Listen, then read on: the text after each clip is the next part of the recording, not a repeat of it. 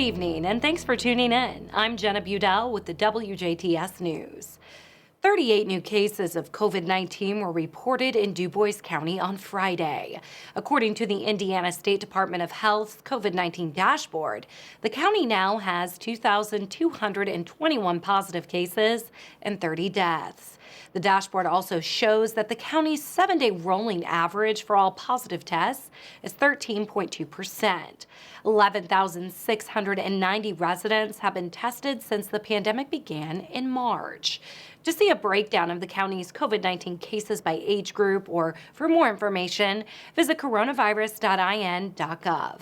The best way to protect yourself and others around you is by practicing social distancing, washing your hands frequently with soap and water, and to mask up. The Indiana State Department of Health is reporting 4,952 COVID-19 related deaths, 282,311 positive cases, and 3,785,422 Indiana residents have been tested for the virus as of Friday afternoon. The numbers for our viewing area are as follows. Starting off with Du Bois County, 2,221 cases and 30 deaths. Pike is reporting 482 cases and 18 deaths. Spencer with 742 cases, 7 deaths. Perry, 786 cases, 21 deaths. Martin, 327 cases, 5 deaths. Davies is reporting 1,379 cases and 43 deaths. Orange with 630 cases and 28 deaths. Knox, 1,617 cases, 14 deaths. Crawford, 257 cases, 1 death. Posey, 1,131 cases, 13 deaths. Lawrence is reporting 1,640 cases and 44 deaths.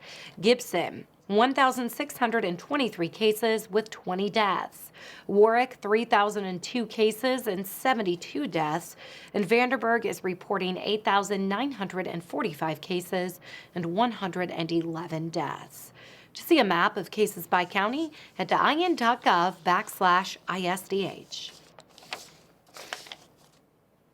There's going to be a new mayor in Huntingburg, and his name is Steve Schwinghammer. Thursday night, a caucus led by Du Bois County Republican Party Chair Mark Messmer was held in Huntingburg to decide a new mayor for the city. In the end, Schwinghammer was selected as the next mayor of Huntingburg. This comes after current Huntingburg Mayor Denny Spinner announced his resignation last week. Spinner was chosen by Lieutenant Governor Suzanne Crouch to be the executive director of the Indiana Office of Community and Rural Affairs. Schwinghammer says that while he wasn't originally going to throw his name into the hat, he decided to based on his love for the city. I was born and raised here before I moved to Florida. I came back after I retired. This has always been home. We have, between Becky and I, we have 16 grandchildren. 12 of them still live here. They grow up here, and I want to make sure, not only for them, but for all the kids and grandchildren around, that the city is a great place for them to call home. Schwinghammer says that his plan as mayor is to focus on the comprehensive plan as well as the people of the community. Certainly, we've got to work with all of the industries and manufacturing, all of those small shop people around here. We've got to bring some more opportunities in for the downtown area. We want to make it basically even better than it already is. We've got to work with the Hispanic community. It's a big part of our economy here. Population, I think there's about 30% of Hispanic population in Huntingburg. So, and our youth. I'm big into youth. Obviously, that's our future. When we can take care of our youth and make sure they want to come back here, I think that's a very important part of it. Schwinghammer says that Mayor Spinner has left big shoes to fill. I know what all he's done. He's worked hard, and I may not be able to do the same things he does, but I have other things that maybe we could do better. So hopefully it's going to improve everything all the way around. Schwinghammer will be sworn in as mayor on Wednesday, November 25th. The 69-year-old used to be a funeral manager before retiring. After retirement, he woodworked and flipped houses. He is currently the president of the Fairmont Cemetery Board. He has been the president of the Funeral Director Association. He has also been on the policy board of the National Funeral Directors Association. An Owensville woman is behind bars after driving under the influence of methamphetamine. 35-year-old Tara Lee Crowley was pulled over after failing to signal properly at an intersection in Fort Branch late Wednesday night. She was taken to Gibson General Hospital after failing field sobriety tests. Further testing revealed that she was under the influence of methamphetamine.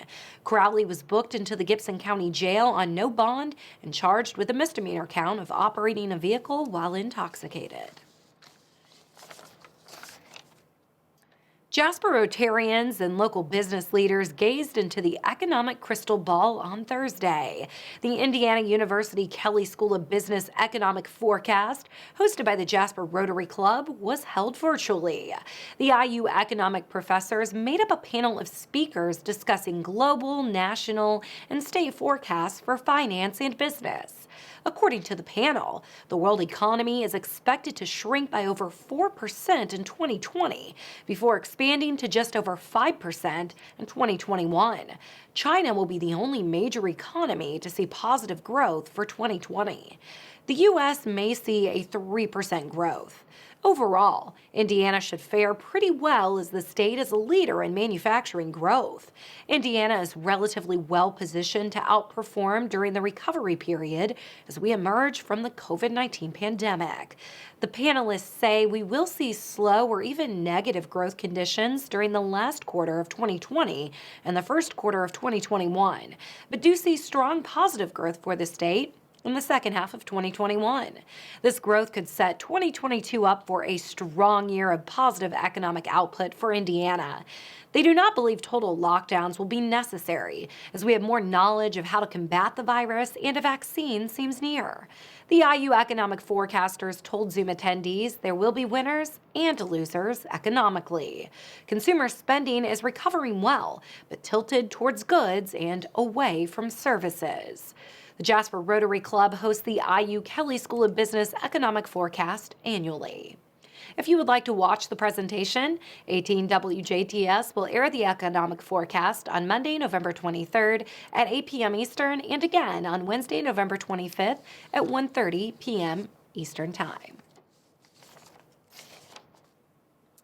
With thousands of students across Indiana transitioning back to their homes to finish the academic semester online, health officials are pleading for them to do so cautiously.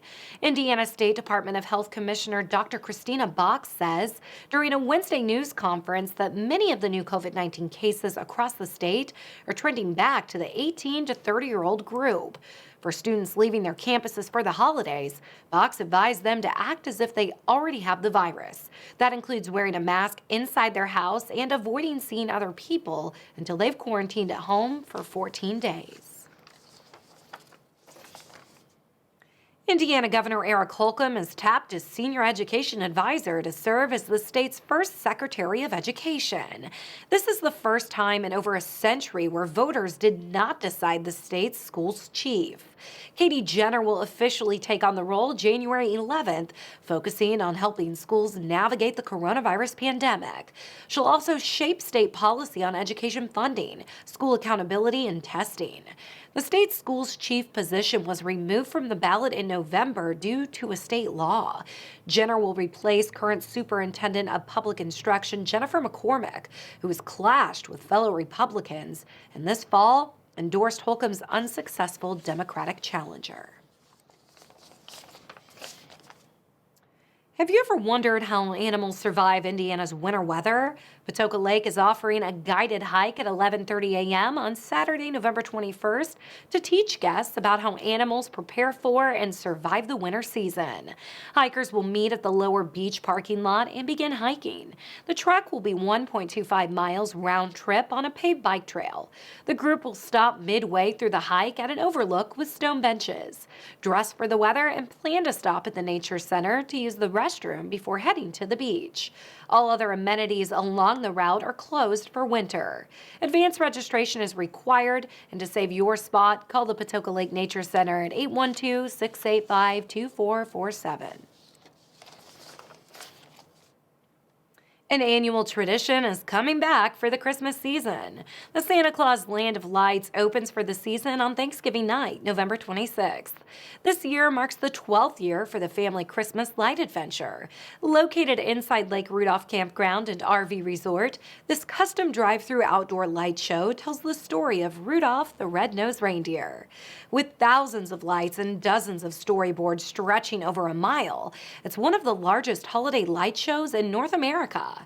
A portion of light show proceeds benefits Ronald McDonald House Charities of the Ohio Valley. Over the past 11 years, over $54,000 in proceeds has helped sponsor families at the Ronald McDonald House in Evansville. The Santa Claus Land of Lights will be open Thanksgiving night from 5 to 9 p.m. Central, and then open on Fridays, Saturdays, and Sundays through December 6th. The show opens nightly December 11th through December 27th and is closed on Christmas Eve and Christmas Day. For a complete operating schedule or to purchase prepaid passes, visit the website at SantaClausLandOfLights.com. Tickets may also be purchased at the gate. Due to COVID-19 safety precautions, photos with Rudolph will not be offered this year. But every car that goes through the show will receive a special discount coupon that can be redeemed at the Santa Claus Christmas store. Now stay tuned. Weather and sports are still to come on WJTS News.